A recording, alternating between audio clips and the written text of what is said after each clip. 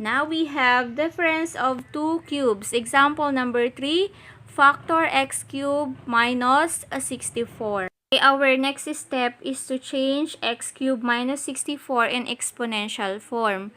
Okay, the exponential of x cubed is x cubed, while the exponential form of 64 is 4 cubed.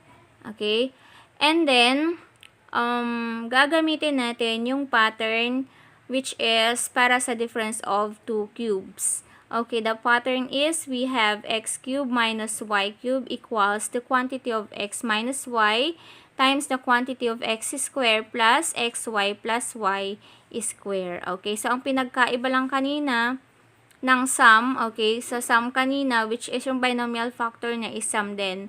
So this time, difference, so difference din ang binomial factor at ang middle term ng trinomial natin is positive. Okay, so next, we rewrite the exponential form. We have x cubed minus 4 cubed, and then to get the binomial factor, kukunin lang natin yung root ng x cubed at saka ng 4 cubed, which is x cubed is x, and then we have 4. Okay, or find the cube root of x cubed. Cube root of x cubed is x, and cube root of 64 is 4. Okay, so that is how to find the binomial factor of difference of two cubes. Next, to find the trinomial factor, square lang natin yung first term. So, we have x square. So, yung x square na yan yung ilalagay sa first term ng trinomial. And then, the plus sign. Okay, kanina sa sum, negative yan. Ngayon, difference, positive naman yan. Okay, next, 4. Square natin ang 4. The answer is 16. So, yan yung ilalagay natin doon sa last term ng trinomial factor. Okay, next. To get the middle term of the trinomial factor, gagawin lang natin, from the binomial factor, multiply lang natin yung first term at saka yung second term, which is x times 4. So, x times 4 equals 4x. So, yung 4x na yan, yun yung ilalagay sa middle term.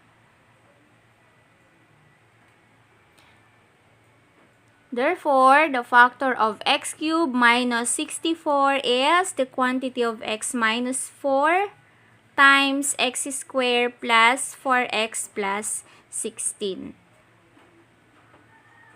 Okay, now let's have an example number 4.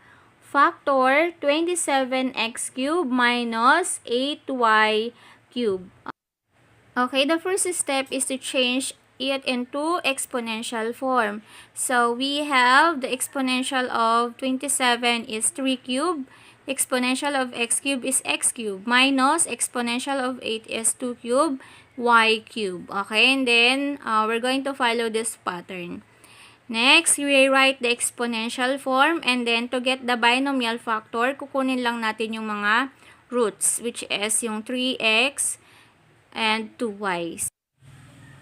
Okay, then now we have 3x minus 2y. Sana nakuha yun yung mga roots. We have 3x, we have 2, and y. So that's why we have 3x minus 2y. Or, okay, we're going to find the cube root of 27, which is 3. Cube root of x cubed is x. And then cube root of 8 is 2.